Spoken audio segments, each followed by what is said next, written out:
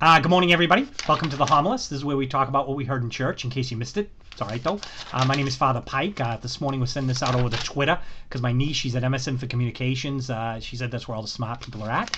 This morning we heard a story about Jesus, all right? Jesus was partying. It's all right if he's partying. He's still a young guy. You know, he's out there trying to get his disciples. He's having a little trouble because guys like Nathaniel are like, hey, did you hear that guy comes from Nazareth?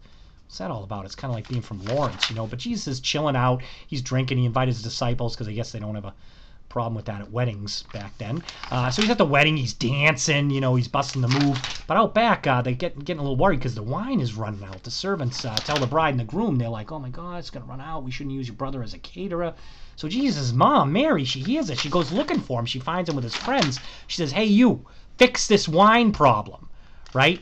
And Jesus turns around. He's like, hey, woman, why is this my problem, right? And everybody's like, whoa, dude, that is your mother. What are you doing, you know? But Mary, she doesn't care. She turns to the servant. She says, hey, see this guy? You do whatever he says.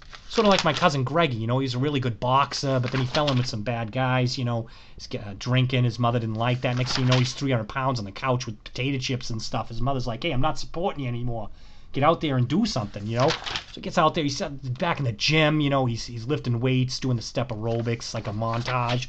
And he gets all the way to the semifinals of the Golden Gloves, you know. He doesn't win, you know, he's kind of busted up. He's working at a convenience store. But the kids, they look up to him. He's not just like some alcoholic. So Jesus is like, yeah, I should listen to my mother. He says, all right, servant, see these stone jars? I want you to fill these jars with water. So servants are like, all right, you know this is where we wash our feet, right? So Jesus is like, now take this to the head waiter. Like the head waiter, that guy's conceited. He's never going to like that, you know. It's like, so the head waiter tries it. He says, bring me the bride and the groom, you know. And he says to them, he says, listen, most people serve the good wine first. You've saved it for last. And everybody's like, yeah, this is the good wine, you know, it's a miracle. He changed the water to wine. And Nathaniel shows up. He's like, hey, Jesus, I know I had a problem with you. You were from Nazareth, but now I just wanted to tell you, I think you are all right. And I think that's something we should all think about. So see you next week on The Homilist.